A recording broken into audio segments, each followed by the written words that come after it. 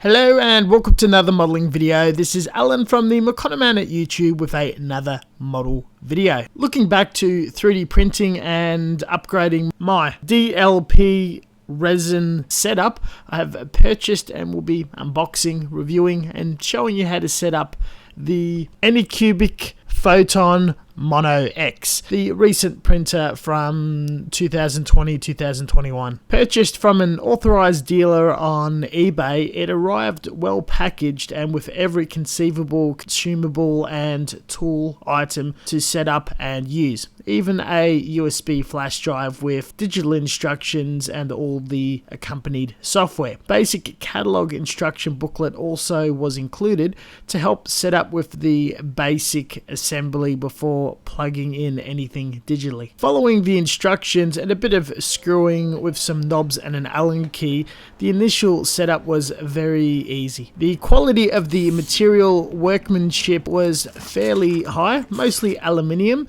and sturdy enough compared to the old Spark Maker I had previously. This is a far more larger and expensive model, retailing for me around $1,000 Australian dollars. Resin is not included. I would also recommend getting a few FEP tank films. The power supply is region appropriate and is variable sourced 110 to 50 volts. She powered up without any issue, and the touchscreen is quite a treat, accessing all of the settings required, such as selecting files, moving the Z-axis of the bed and exposure of the UV screen, even doing test patterns. Plugging the USB stick into my computer, we've got the instructions and Photon Workshop 64 viewing and slicing suite. First, the PDF instructions is highly worth reading and explains all of the components of the software, how to support and some troubleshooting and basics to resin printing. Installing the suite caused no issues whatsoever. For those returning to resin 3D printing, the suite is quite a treat and fairly easy to use.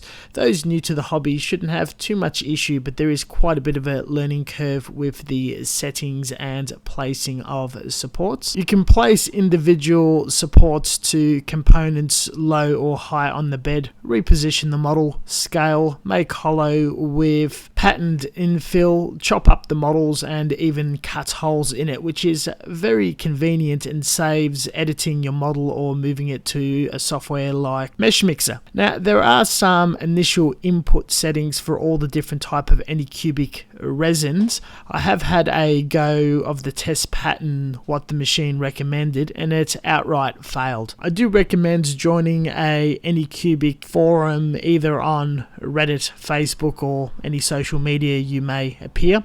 There are some YouTube videos. My quick take is slow down the retraction speed of the bed, increase the time of exposure, the wait time, and finally the resolution from 0.05 to 0.1 millimeters. You should have more success in your first print, and this can be adjusted later on. Avoid using black pigment resin.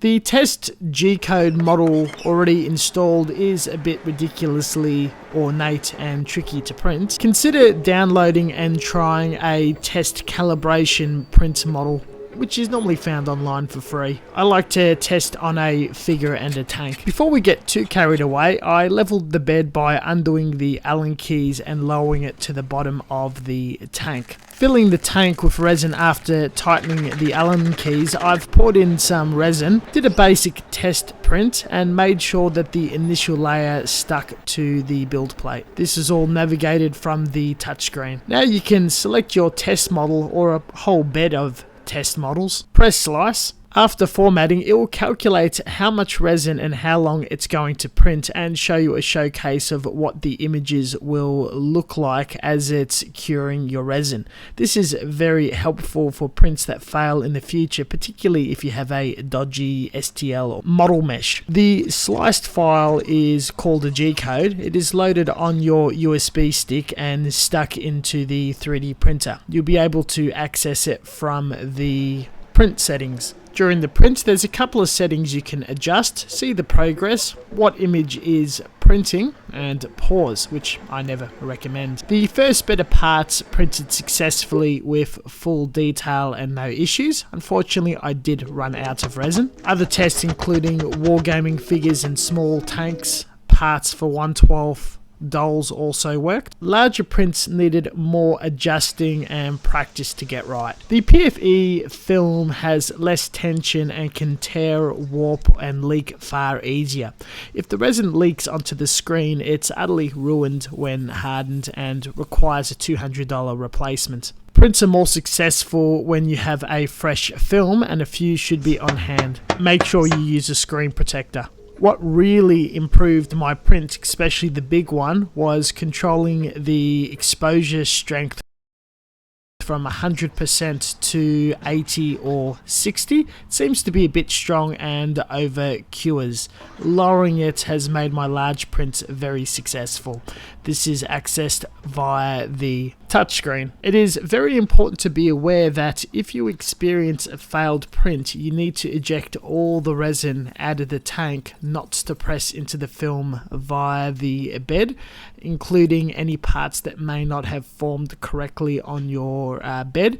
This is before you've adjusted the screen exposure strength. Pushing anything into the film will tear it very quickly, and that's when you flood your printer and all of the resin leaks out. I like the glad wrap over the whole thing better, as if I completely lose the entire contents of the resin in my printer, it's just cascades all over the place and not inside the printer. Through some help guides and experiences online, I found quite a few people have ruined their machine this way. At this stage, I've decided to print a model and going to do some post-printing processing. Following all the advice mentioned in this video, I didn't have any problem printing these components. There were a couple of failed components due to user error as the tank ran out of resin. If I used a measuring cup, I would have gotten this absolutely spot on.